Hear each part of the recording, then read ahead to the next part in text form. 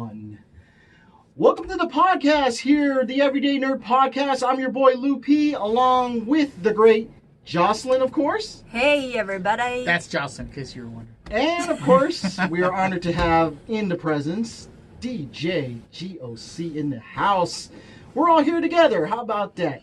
And we're all here together because it is a podcast that I know some of you folks have been waiting for us to do, and we've been waiting to do for you. We gave it about a week, and well, you know me, I just got to put up the numbers. We're obviously going to be talking about, right now, we're going to talk about Avengers Endgame. We're going to stick strictly to the movie. All the other storylines, all the extra dialogue, you'll see in other podcasts that we'll do. And also, what we're going to do here is to let you know, if you haven't seen the movie, there's two problems. One, you should go see it. And two, we have spoiler alerts. So spoilers, sorry. Hey, we're not, no. If you're watching or listening to this podcast by now, you should know what we're going to be discussing. So, of course, you know me, I have to do all the monetary things that this movie has brought. So, obviously, with the biggest opening weekend, yep. What was that, 1.7 billion? Something like that? Jesus. Well, now, coming into the second haul will be 1.9 billion worldwide, making it number 5, the highest grossing movie of all time, behind this other movie called Avengers Infinity War with 2.4 billion, and then Star Wars, of course, we always mention the Star Wars Force Awakens, 2.68 billion. And so far, domestically, here in this country, Endgame has made 515 million. And you know what movie was second this past weekend? Which one? The Intruder. Really? Which one's that movie? Exactly. I don't know. So do you think they were Slim close Pickens to that theaters. 515? No. These guys were in second. Come on now, second for the weekend? Nah, because you got to think about... It's the Dennis Quaid movie. Oh, it's about... Yes. He's so still never acting? mind. But basically... He's still in the... Yeah, he's still acting. Gee, I thought he was doing commercials. Yeah, exactly. But it came in with a whopping 11 million. Wow. Oh. So well, I guess we got to give it up for the Intruder. All right, Coming in second place. Yeah, Second place. 11 million. But you know what? I saw an article this morning that said the way that Endgame is like really raking in the money, Yes. that it's projected to bypass Avatar and Oh, be good. the Please, number by one. Yeah, you please, know, thank you. am I the only guy here that? Nah, I didn't... You know, I fell asleep in that movie. I Sorry. didn't watch the full thing. Sorry, Exactly. but There's a reason There's why. a reason why, There's a Joss. reason why. See, right now, somebody is clicking on comments right now why we should have watched it. Well, explain it to us why we should watch Avatar. Avatar's the best movie ever. well, No. I went to Disney World, and I have to say, with Avatar Land, Flight of the Banshee is the best ride ever. There it is. It's a good ride. There it is. Have you ever ridden? Have you No, ever I gone can't to say I have. Oh, okay. I haven't had the honor of doing that yet. So yeah, it's called Flight of the Banshee. Best ride ever So for it's Avatar. worth the 3-hour-long Oh wait hell line? yeah, we got Fast Pass. We got Fast Pass. You're see? gonna love that one. Alright. It's 4D. Nice. Wind blowing. I should go because I still have my foot recovering from surgery, so I'm technically Hey, you can, temporarily handicapped. yeah, so you can still like get that cut the VIP. lines. I like it. There you Yeah. go. Yeah, make sure you have that. It's Avatar. That's So important. that's where Avatar lands. But yes, Endgame Okay. is projected to surpass it. Well, you know what's interesting? An internet article came out saying the second weekend was going to be a downfall. Yeah, And I that's saw that interesting. too. It's interesting how Who these wrote internet these things? articles are just coming out. And we talked about it earlier this year with Captain Marvel, which oddly enough, in its 9th weekend, Captain Marvel, I know it's Geo's favorite movie, and we'll discuss that later, but Captain Marvel in its 9th weekend made over 4 million. Hey, look at that, 4 million, close to 11 million. And number 5 at the box office, bringing in a total domestically of 420 million. It's pretty good still. That is Pretty good for a really solo good movie. paycheck. And, that's the thing. Before Captain Marvel came out, all these internet articles, terrible movie, this is that. Well, we'll get to that in a second. We'll get to that in another podcast. But just the fact that these numbers, what are the sources of these numbers that, they're projecting? I don't know if it's a guy actually has a flow chart or something saying, I think it's not going to do whatever. It's like, no. Hey, there are a lot of haters out there. So do understand. that's something we've learned. Consider your source. Exactly. Consider That's the the key. source. That is the key.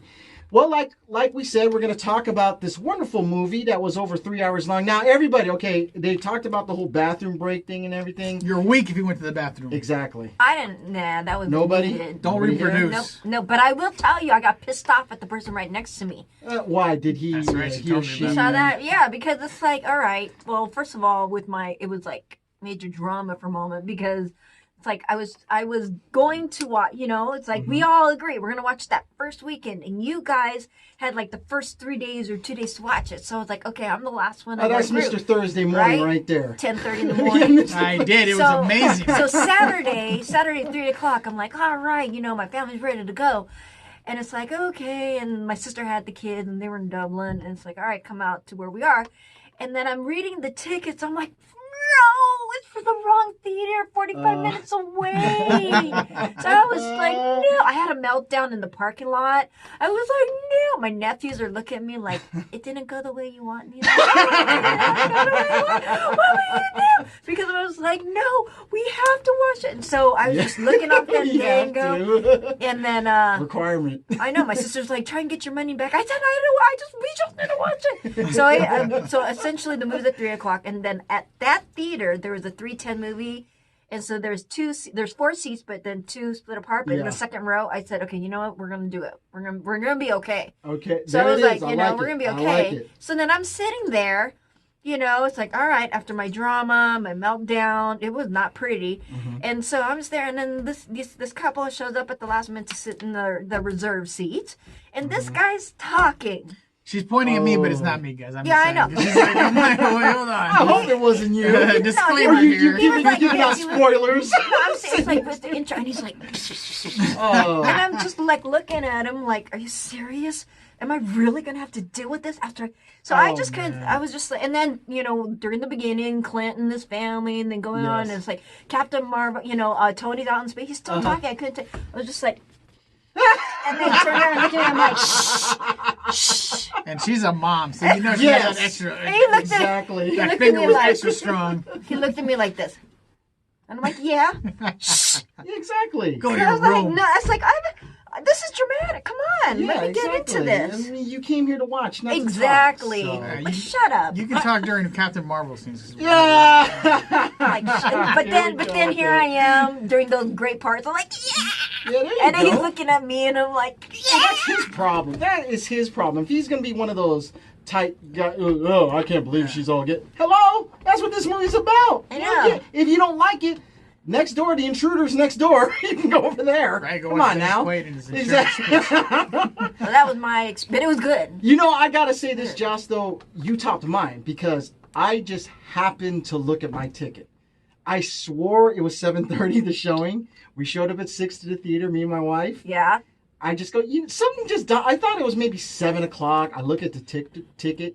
It was 6:30. Oh. So I'm like, it's time to go in now. It's time to go in. No popcorn. Now. No, we just went straight in. And she's like going, I go, yeah, I know. I meant to do that. But it's like, good thing I happened to look because I was thinking the whole time 7:30. Well, that's what I was thinking. I was And like, then all of a sudden, I'm like, oh my god. Yeah, you topped my horror story. So, with that being said, everybody's like going, okay, you gotta get to it. Hey, by the way, if you have any horror stories of your experience, not the movie, but your experience going to see this movie, hit the comment button and we'd love to hear it. Yeah, definitely, absolutely. All right, Gio's like, I don't got your. Yeah, I ain't got no job. I saw it at 10:30 a.m., folks. There's nobody there. The senior citizens. Exactly, and the critics, and the film critics. I had like quiet. the whole row to myself. Oh, we can't all be you. I know. We can't all be Geo. Okay, so let's get into this. All right, so we are set. Jocelyn already kind of mentioned it. We open up seeing Clint Barton, with his family.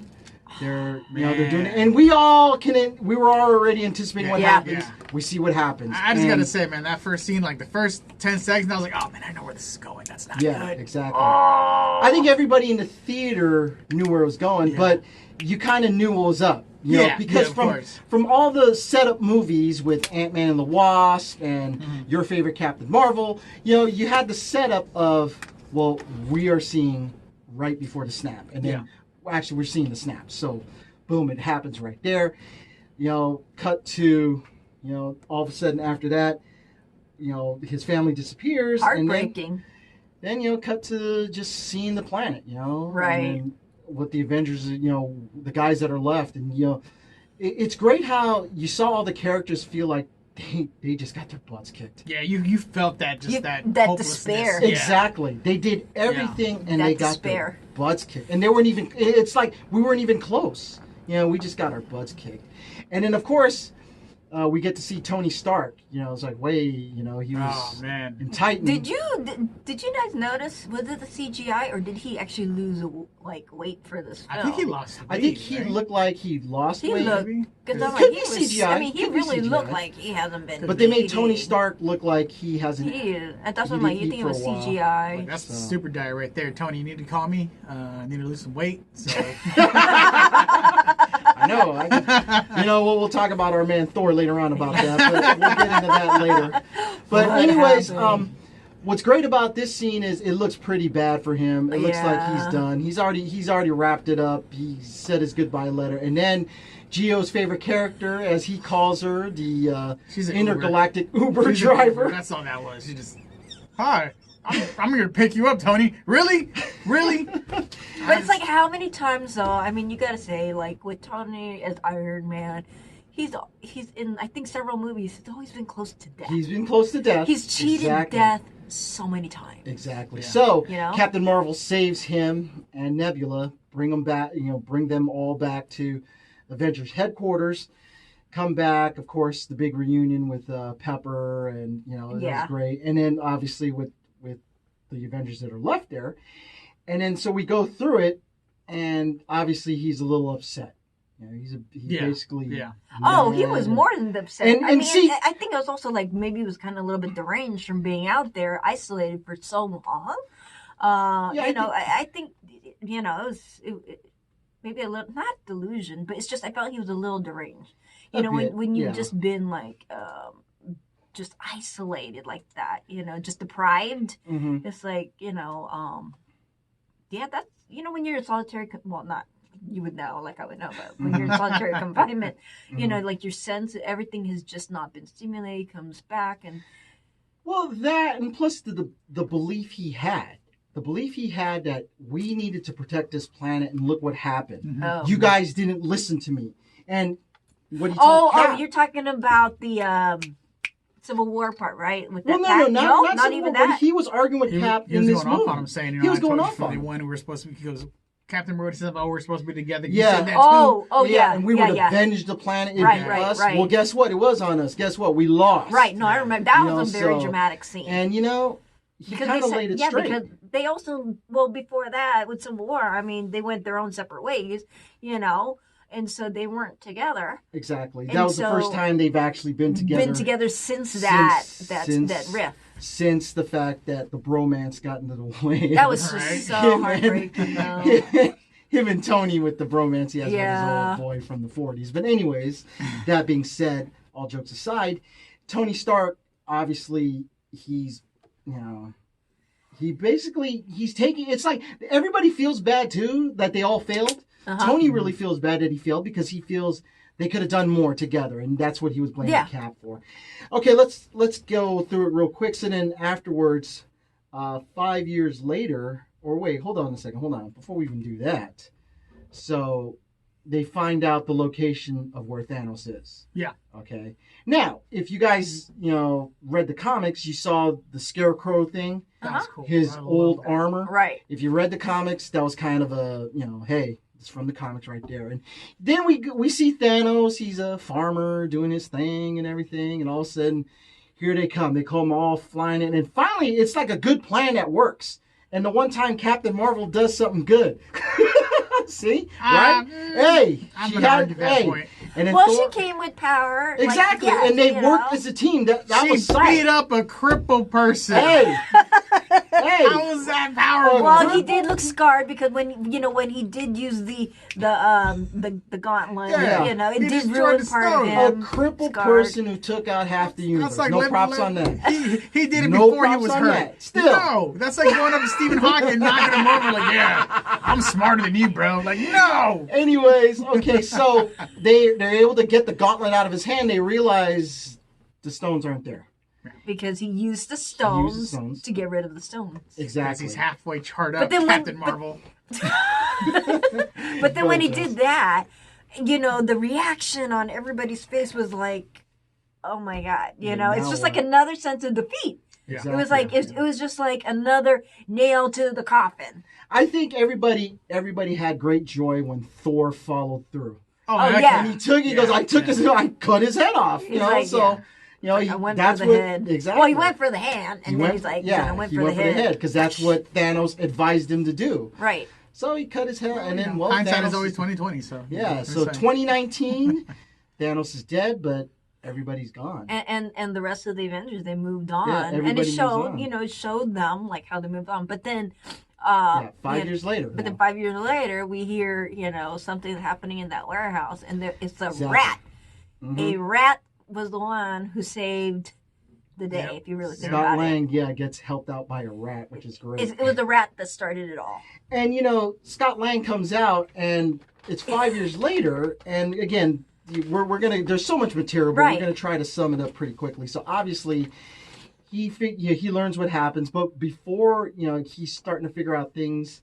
He rushed, he sees the monument of the people that were. That was actually to me, when I saw all those monuments. Yeah. And it says vanished. Exactly. Right? The monument on all of them, and vanished. just names and names and sees names. his And when own you name? look, huh? When he saw his own name? When he saw his own name. But he was more focused on his daughter's name. Yeah, he was looking for his daughter. That was great. And then when he didn't see it, he rushed immediately to the house. But it was also in Bay Area, San Francisco. Yeah, well, yeah, you gotta love. I didn't see. like that. Yeah, the Presidio. That's kind of cool how they said Was that. E40 on that list? Well, I don't think E40 was there. Hopefully not Steph Curry, not not none of the big figures that are here in the Bay Area. But Danny Glover. Yeah, Danny Glover. Maybe Danny Glover was on the list. See, now we're naming all these Bay Area. Halle Berry lives up in Marin, right? So. Metallica. I don't think I saw Metallica on that list. Right. Or Santana, So, anyways, let's bring it back. So he sees his daughter. So he realized, and wow, his daughter. No, I'm not trying to make it like I'm a guy trying to hit on her, but it's like, wow, she's grown. And obviously, it's been 5 years. So I guess we could do the math on top of our heads that she was probably 12 or 13 when we last saw her in Ant-Man and the Wasp, maybe. Yeah, something like that. Maybe 12. Yeah, I would think 12. So, maybe she's like 17 or 18. They're going to try to push that number. So, but he sees her, and obviously he realizes, he gets filled in, and so he heads out to the Avengers. Right. He goes out there, and that's the thing. Now, before he meets up with them, we see Black Widow, Natasha, basically kind of not holding court, but kind of getting updates from she was everybody. she was the one, it looks like She was kind of controlling S.H.I.E.L.D. in a way. She was the one still, just coordinating, being the leader, trying to hold it together. Exactly. And, we see different glimpses, of different people in they're all having a meeting. Yeah, it's a big and meeting. then we see Captain Marvel with her new haircut, which I don't like. And I know it's more I comments. know More it's comments from that side of the room. I know it's similar to the comic, but still I don't like it. Yeah. So and I'm like, hey, where's she going? She's like, well, I'm gonna go help out in other parts of the galaxy now. She's like, well, Thanos is dead, so I'm out. Like, what? I'm feeling all the hate on that side of the room, which we we'll had get a into whole in future movie podcasts. about you, and you're here for 2 minutes.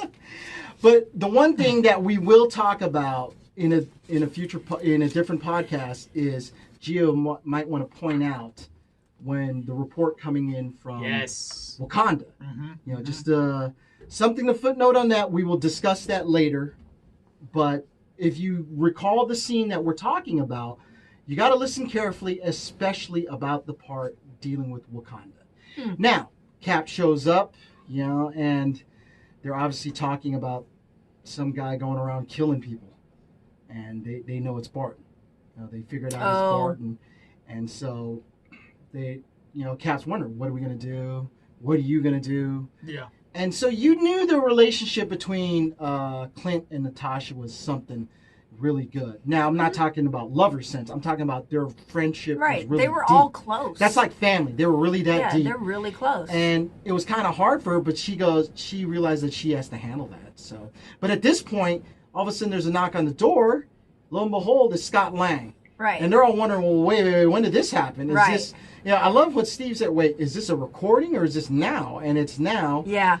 Scott Lang comes in. He's like, yeah, don't you remember we met at the airport and we battled each other? Yeah, it was great. I was like, remember, and I turned tall. I was big, I was giant, and that's great. So then they're all over there, and then Lang comes up with the theory that you two are going to have to help me out a little bit. And some of you folks out there, you're going to hit the comment button and explain some of this stuff. But obviously, Lang comes out and says, what's been 5 years for you guys has been 5 minutes for me. Yeah. So that's pretty interesting right out of the chute. Now, going into this movie, we all had theories that obviously time travel would be involved. Yeah. So obviously right there, it sets up how this is going to work. So Scott Lang, obviously he's not the smartest guy in the world, but he goes, it's 5 years later. He goes, well, we got to find somebody who knows about quantum physics. Oh. Who would that be? That would be... The only guy that's around right now would be... Professor Hulk. Well, yeah, Professor Hulk, but before Professor Hulk... They went to Tony first? They went to Tony Stark first. Okay. Tony Stark. And obviously, now this is 5 years after these events. We see Tony Stark now, I guess, married with a family. Yep. He has a daughter now. And his daughter's name's Morgan. Yep. And... a lot of that, I know some of the folks in the theater were like, ooh, Morgan, but then a little chatter like, wait, it's a girl. And, again, stuff we'll talk about in a different podcast. We're keeping it strictly with the movie right now. So, we see basically he settled. He settled down. Oh, yeah. He's settled down. You know what, though? In a sense, I was happy for him. Yeah. Because it looks like all the battle's over. He's somewhat retired in a sense. Yeah. He's just being a family man. It's like kind of that guy who... I've done my share. Yeah. I put in. Yeah. I've done more than enough. And when these guys come in and say, hey, let's do this to get everybody back, that's decision time. That is really decision time. And I kind of feel for him in this, that initially he didn't want to do it. He's like, no, I'm good. No, he said, I'm really good. What makes you sure about this? And I think, Ant-Man was there, talking about it. And he's like, nope. And he's like, look, if you guys want to stay, you can, as long as you don't talk about all this other stuff. Exactly. But then, later on, it's just in him. It did stick in his mind because with Tony Palm, he's always thinking, always trying to figure things out. And then when he actually figured it out, he's like telling Pepper, and Pepper's like, when are you gonna rest? I thought you were gonna rest. Yeah, and it's just but he was like, I figured out time travel. You know what's interesting about that with Tony Stark? He reminded me of the athlete who all his life has always strived. He or she has always strived to be the best in whatever sport they're in. Right. Then they retire. It's like, well, what am I going to do now?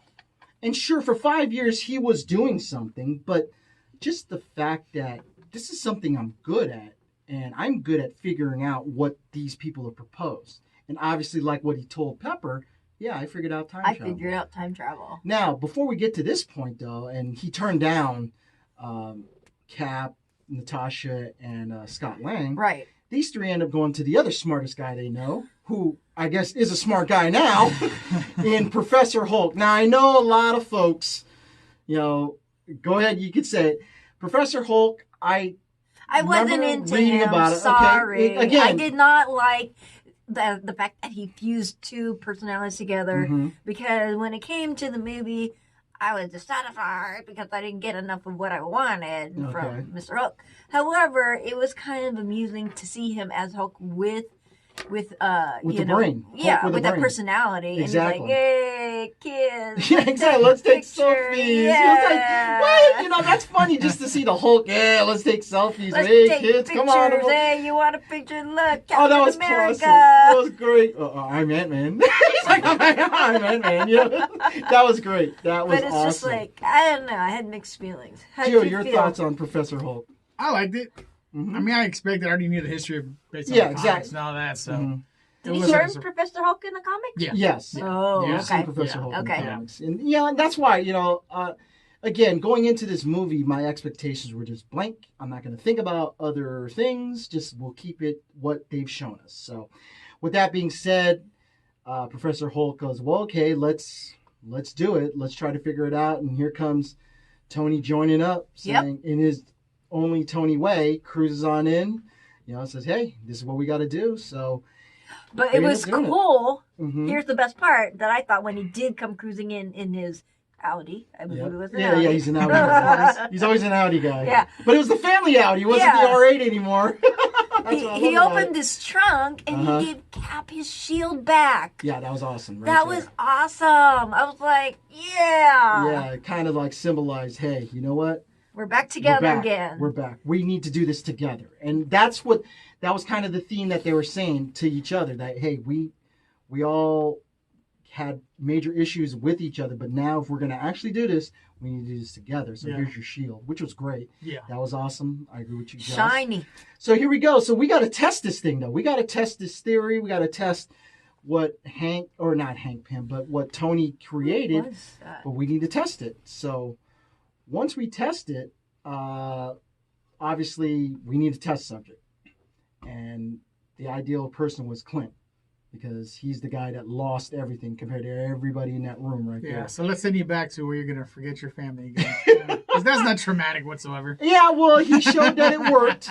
He went back, he Yeah. saw the family, and it was kind of a little heartbreaking that he had to yeah. leave before the daughter came downstairs. Right, So right. I know he wanted to say something. Well, it's still better than him Oh disappearing yeah, in front and of you her. know, again, we kind of glossed over it, but Natasha found Clint being Oh, an yeah. assassin, basically killing In people. Japan, right? In Japan. Kind of every, but I'm not even mad about that. I get Yeah, it. see, He's so- mad. Let's No, do it. he's mad. He's got nothing to live for. And I get what he was saying. He goes, you don't deserve to live. If people were killed with a snap, then you shouldn't live either. So we got Ronan's message. So we just had to throw that out there. I know You a lot think of they you folks should are have going, shown a little bit? you guys skipped Ronan. So But we're do you just throwing it out there. think? Do you think he should have had a little bit more as Ronan? Because that to me, there was just like a little. It was kind of a tease. I a would little bit. like to see. I don't know, maybe in the future, but it would have been nice to see him like a little bit more. But I guess you can't fit it all in 3 hours. Hold on to that thought again for future podcasts. Okay. We'll discuss that. But All right. anyways, so we tested out. It works. So here we go. Now here's where everybody and you folks here need to chime in on this. So when they're doing the whole quantum thing, the time travel thing. Oh yeah. So how is it that if they mention it, and maybe you folks can explain this to me. They mention it, how they can't just go back in time, kill Thanos, and then boom, we could reset it. They said they can't do that. Okay? You two need to explain to me, and somebody's gonna be typing it right now, please. Explain why. And they blew it off. They blew off the Back to the Future theory that I've always had in my head, that events will affect, it becomes a paradox. So explain what this movie's time theory is compared to what we've all been used to. Please. One of you two, please. Okay. Somebody? All right. I what's that? In Hunger Games, I volunteer or something. What did she say? You up? I don't know. I don't know. Never mind. Never mind. Hunger Games. Okay. I something. You guys know what I'm talking about. But no, I remember because whatchamacallit, they were talking about how, well, first of all, they had to figure out the time stones. Because, before they even went back, they even had to figure, okay, what if we got the time stones, not the time stones, All the stones. all the stones, Yeah, what if Infinity we got all the Infinity Stones before Thanos gets them, So that's what they were thinking. And they spent like a considerable amount of time just kind of rehashing where the stones have been and its journey. And then they determined, at which point would be the right time to take the stones, to still have everything in motion, but yet, be able to capture it. So when they all went back, which I thought was really, really cool, the